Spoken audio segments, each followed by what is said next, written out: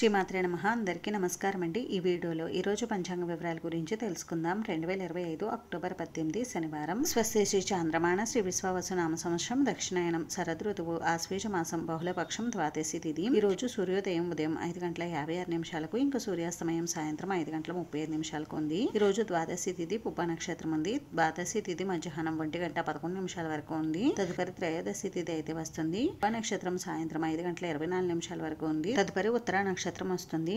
యోగం బ్రాహ్మం తెల్లవారుజామున 4:02 వరకు ఉంది. తదుపరి అయినద్రు కరణం తైతుల మధ్యాహ్నం 1:06 వరకు ఉంది. తదుపరి గరజి రాత్రి 1:22 వరకు ఉంది. తదుపరి వనిజ బ్రహ్మ ముహూర్తం తెల్లవారుజామున 4:53 నుండి 5:41 వరకు. అభిజిత్ ముహూర్తం ఉదయం 11:49 నుండి 12:34 వరకు. అమృతకాలం ఉదయం 10:48 నుండి 12:27 వరకు. శుభ సమయం ఉదయం 10:30 నుండి 1 గంట వరకు ఉంది. వర్జం రాత్రి 12:56 నుండి 2:36 వరకు. దుర్ముహూర్తం ఉదయం 5:58 నుండి 7:30 వరకు. రాహుకాలం ఉదయం 9 నుండి 10:30 వరకు.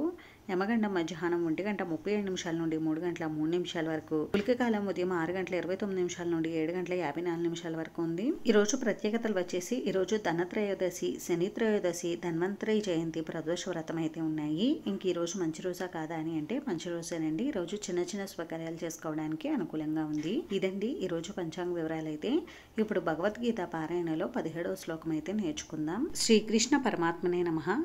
కాస్యచ్చ పరమేశ్వాసః శిఖండీ చ మహారథః దృష్టద్యుమ్నో విరాటచ్చ సాత్యకిచ్చ పరాజితః. ఓ రాజా, మహాధనుర్ధారి అయిన కాశీరాజు, మహారథుడైన శిఖండియు, దృష్టద్యుమ్నుడును, విరాటరాజు, అజేయుడైన సాత్యకి